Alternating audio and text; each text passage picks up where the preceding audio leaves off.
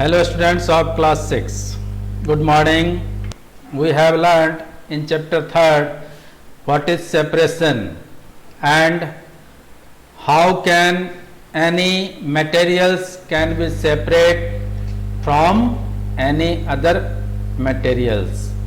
जैसे मान लीजिए हमने इसमें ये देखा था कोई एक चीज़ में दूसरे चीज़ को मिला देते हैं तो उसको कैसे सेपरेट किया जाए।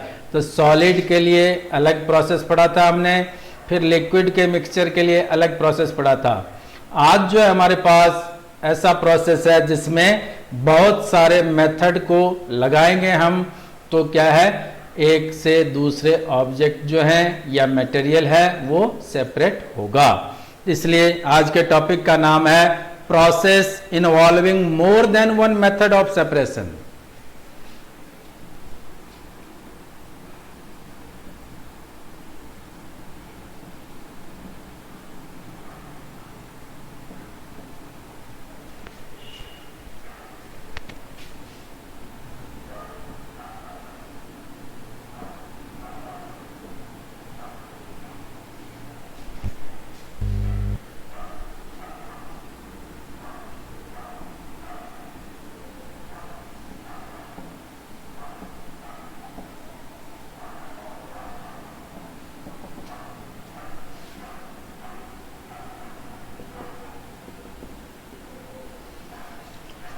अब देखिए इसके अंदर क्या है कि ऐसे प्रोसेस को लेकर के चल रहे हैं हम सेपरेशन के लिए जिसमें एक से ज्यादा विधियों का यूज किया जाएगा। तो जैसे हम जानते हैं इसके लिए क्या करना होगा अपने पास कि सॉलिड लिक्विड इन दोनों के ऐसे मिक्सचर बनाने हैं अपने जिसमें से कुछ चीजें तो क्या हो, डिजॉल्व हो जाए, और कुछ ऐसे हैं जो डिजॉल्व नहीं हो। तो उसको हम कैसे अलग कर सकते हैं। जैसे एग्जांपल लेते हैं कि मान लीजिए अपने पास नमक है, नमक जो है रेत में गिर जाए तो अब आप क्या करेंगे, रेत समेत नमक को उठा लेंगे तो रेत में क्या हो गया, नमक मिक्स हो गया। अब हमें क्या करना है, इसको सबसे पहले पानी में घोलना है। तो इसका एग्जांपल ले रहे हैं हम।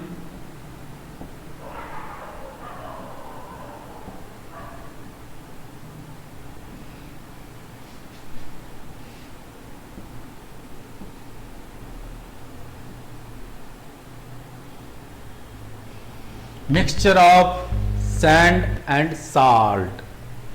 अब यहां हम देखते हैं अपने पास ये दो चीज है जिसको हमने मिक्स कर दिया है। अब इसको यदि हमें वापस नमक अलग करना है तो कैसे करेंगे। इसके लिए क्या करना होगा, सबसे पहले हमें पानी में इसे घोलना है।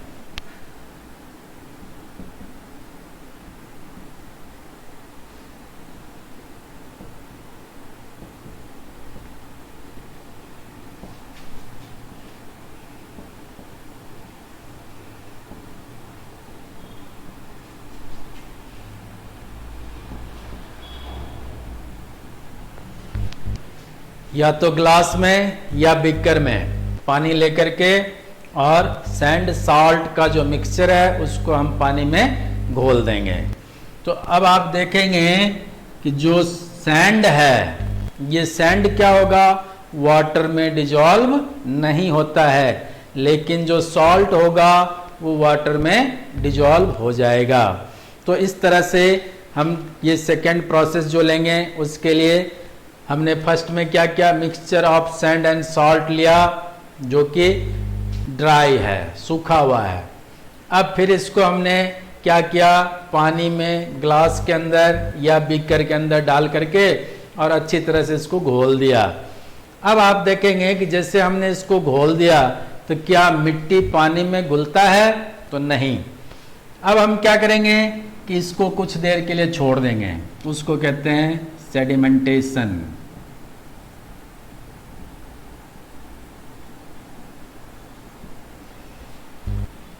जो ग्लास में हमने या बीकर में पानी डाल करके मिट्टी और नमक को घोला है उसको आप कुछ देर के लिए छोड़ दें, डिस्टर्ब नहीं करें। तब देखेंगे आप कि जो मिट्टी है वो ग्लास या बीकर के पेंदे में जमा हो जाएगा। अब थर्ड नंबर आता है कि जब ये सेडिमेंट बन गया, जो बॉटम के पास में यानी बॉटम पर जो मिट्टी है ये जमा हो गई, उसके बाद में आपको क्या करना है कि जो ऊपर का क्लियर वाटर होता है उसको अलग करेंगे, दूसरे बर्तन में डालेंगे, उसको हम कहते हैं डिकेंटेशन।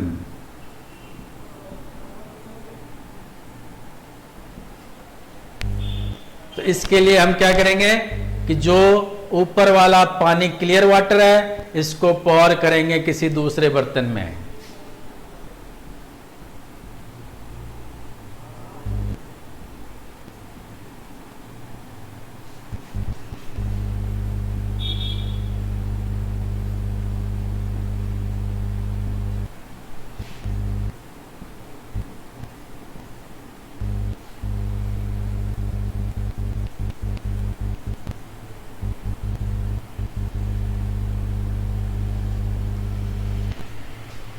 किसी भी दूसरे बीकर या ग्लास के अंदर जो क्लियर वाटर यहाँ पर जमा हुआ है उसको आप उड़ेल करके और दूसरे ग्लास में डालेंगे।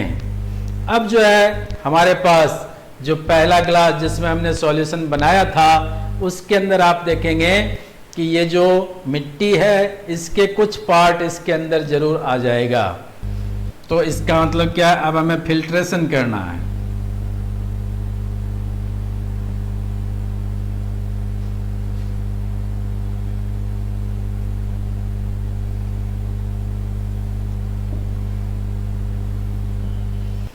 जो फिल्ट्रेशन हम करेंगे उसमें आप देखेंगे कि क्या होगा कि जो रेत है यानी मिट्टी है वो छन करके अलग हो जाएगा और इसके अंदर हमारे पास जो सॉल्यूशन होगा उसमें नमक और पानी।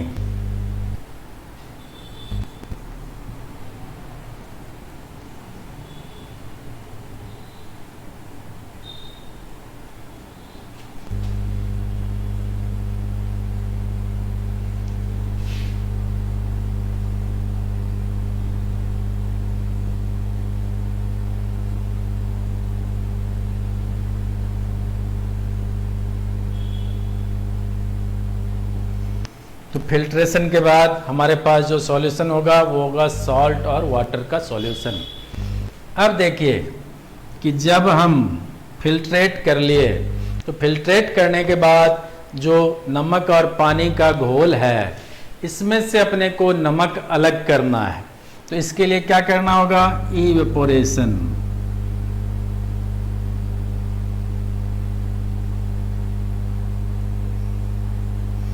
इसका अर्थ होता है कि जो पानी है ये भाप बन करके अलग हो जाए, तो इसके अंदर वाटर है वो वेपोराइज हो जाएगा।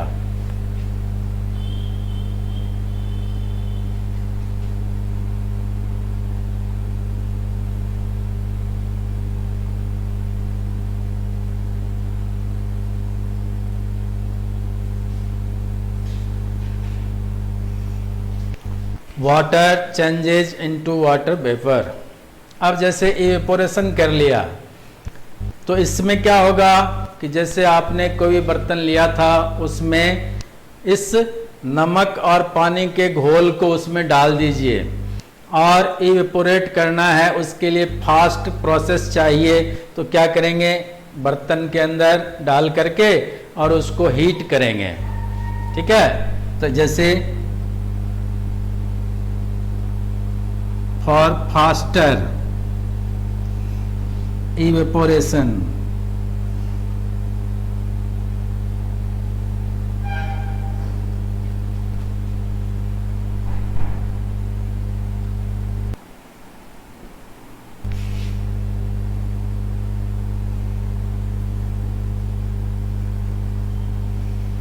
फास्टर इवेपोरेशन के लिए हमें क्या करना है, तो उसे हीट करना है।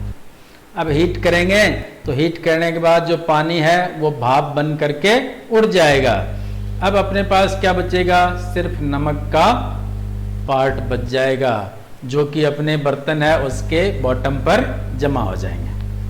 अब मान लीजिए कि कहता है कि जो इसमें पानी था उसको भी अपने को इकट्ठा करना है, जो उसमें हमने अलग किया था इवेपोरेट करके हटा दिया, नहीं हटाना है। यदि अलग करके एक जगह पानी को रखना है और नमक वाला पार्ट है उसको एक जगह रखना है, तो कैसे करें? तो इसके लिए जो प्रोसेस होगा वो होगा कंडेंसेशन।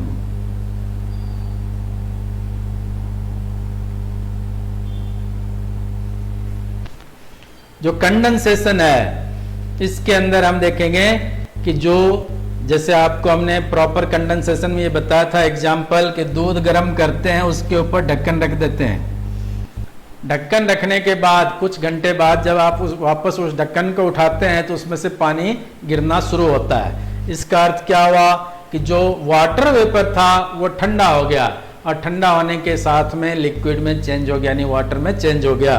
इसका अर्थ क्या हो गया? Water vapour changes into water.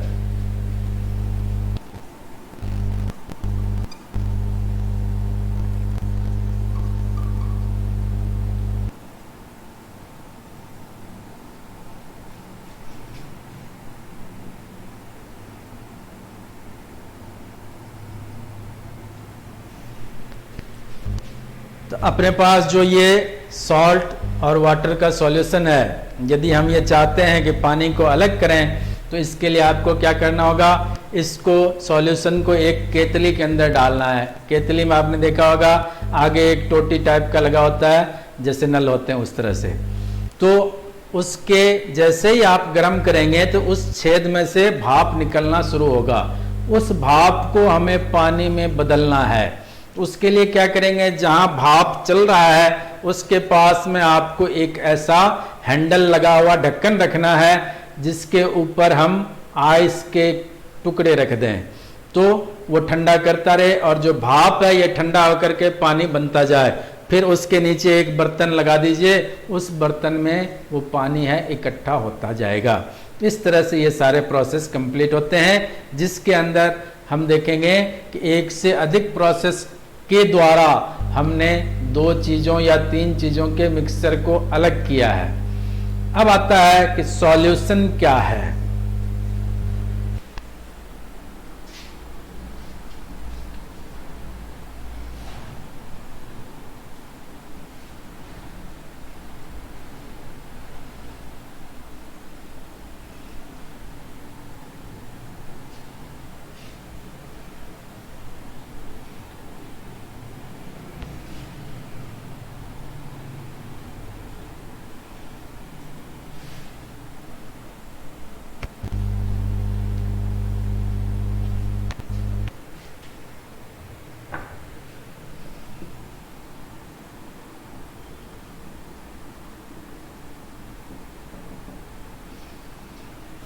तो ये नेक्स्ट टॉपिक हमारा सॉल्यूशन।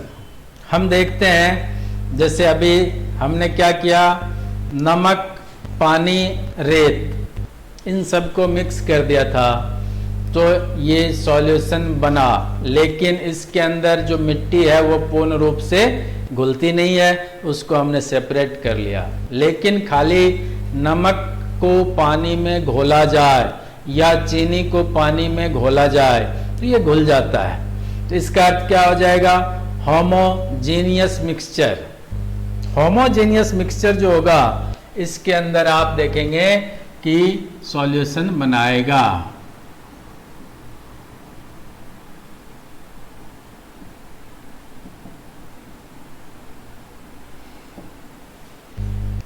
इसमें एक पार्ट सॉल्वेंट होता है, एक पार्ट जो है सॉल्यूट होता है। तो इसमें आप देखेंगे जैसे सॉल्वेंट एंड सॉल्यूट। जो सॉल्वेंट है ये जैसे वाटर हो गया, और जो सॉल्यूट है ये सॉल्ट या फिर शुगर। इसको जब आप पानी में घोल देंगे तो ये क्या है, पूर्ण रूप से घुल जाता है। इसलिए ऐसे मिक्सचर को हम क्या कहेंगे, सॉल्यूशन कहते हैं। तो सॉल्यूशन में 2 पार्ट कौन कौन से होंगे, सॉल्वेंट एंड सॉल्यूट। जो सॉल्वेंट है वो क्या है, वाटर, सॉल्यूट है वो हो गया सॉल्ट और शुगर। तो जिसमें हम किसी चीज को घोलेंगे वो कहलाएगा सॉल्वेंट, और जो पदार्थ हमने घोला है वो कहलाएगा सॉल्यूट। अब आता है कि जैसे मान लीजिए हमने इसको घोल दिया, लेकिन इसकी पानी की मात्रा जो है कितनी ली हमने, या चीनी और नमक की मात्रा कितनी कितनी ली, तो उसके आधार पर इसको आप घोल दिए। लेकिन मान लीजिए कि हम पानी की मात्रा 100 ml ले लिए और उसके अंदर चीनी या नमक डालते जा रहे हैं, घोलते जा रहे हैं, डालते जा रहे हैं, घोलते जा रहे हैं, तो कुछ समय बाद में आप देखेंगे कि चीनी या नमक जो है घुलना बंद हो जाता है। इसका अर्थ क्या हो गया कि जो अपने पास सॉल्यूशन था वो सैचुरेटेड हो गया, संतृप्त हो गया। जैसे हम देखते हैं खाना खाते हैं, पेट भर जाता है, उसके बाद में यदि आपको और कहा जाए थोड़ा खा लो, तो आप क्या कहते हैं, नहीं अब कुछ नहीं चाहिए। इसका मतलब आप संतृप्त हो गए, सैचुरेटेड हो गए। तो इसी तरह से जो सॉल्यूशन है उसके अंदर जितना उसको घोलना था, पानी को, चीनी या नमक, वो घोल दिया, लेकिन अब हम जबरदस्ती उसको घोलना चाहते हैं, तो कहा कि ये क्या करें ताकि घुल जाए। उसके लिए हमें क्या करना होगा, हीट करना पड़ता है। तो हीट करके और फिर उसके अंदर वापस इसको हम घोल सकते हैं। तो जैसे चीनी का चाशनी आपने देखा होगा बनाते हुए, तो ये इस तरह से गर्म करते जाते हैं, घुलता जाता है। इसको हम कहते हैं सैचुरेटेड सॉल्यूशन। और सैचुरेटेड सॉल्यूशन जो है, इसके अंदर देखते हैं कि हमने क्या किया, पानी के अंदर नमक या चीनी को घोला, तो ये एबिलिटी होती है पानी में कि वो नमक जो है या चीनी है उसको अपने अंदर घोल ले। तो एबिलिटी जो है किसी भी सॉल्वेंट का, वो क्या कहलाएगा, सॉल्युबिलिटी। तो सॉल्वेंट के अंदर हमने क्या किया, सॉल्यूट को डाल दिया। इसका अर्थ क्या हो गया कि इस सॉल्यूट यानी साल्ट और शुगर के अंदर ये क्षमता है कि इस पानी में घुल जाए। तो ability of solute in solvent is called solubility।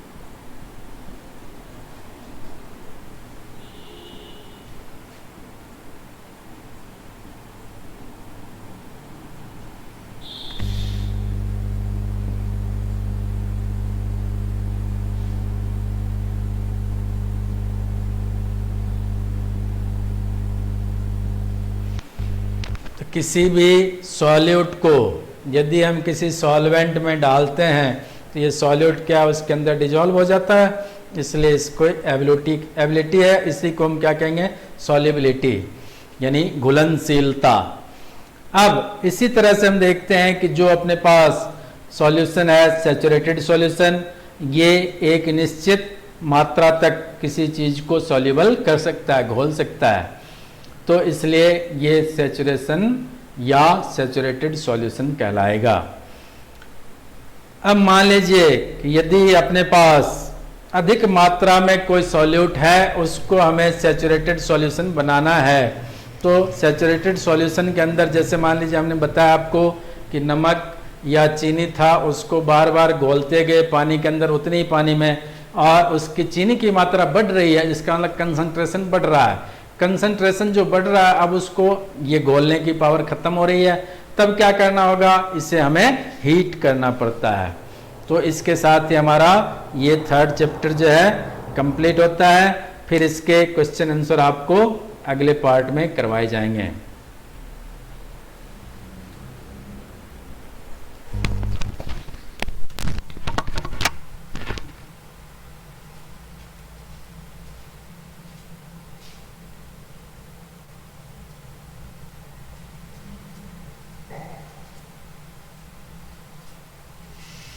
Okay, thank you.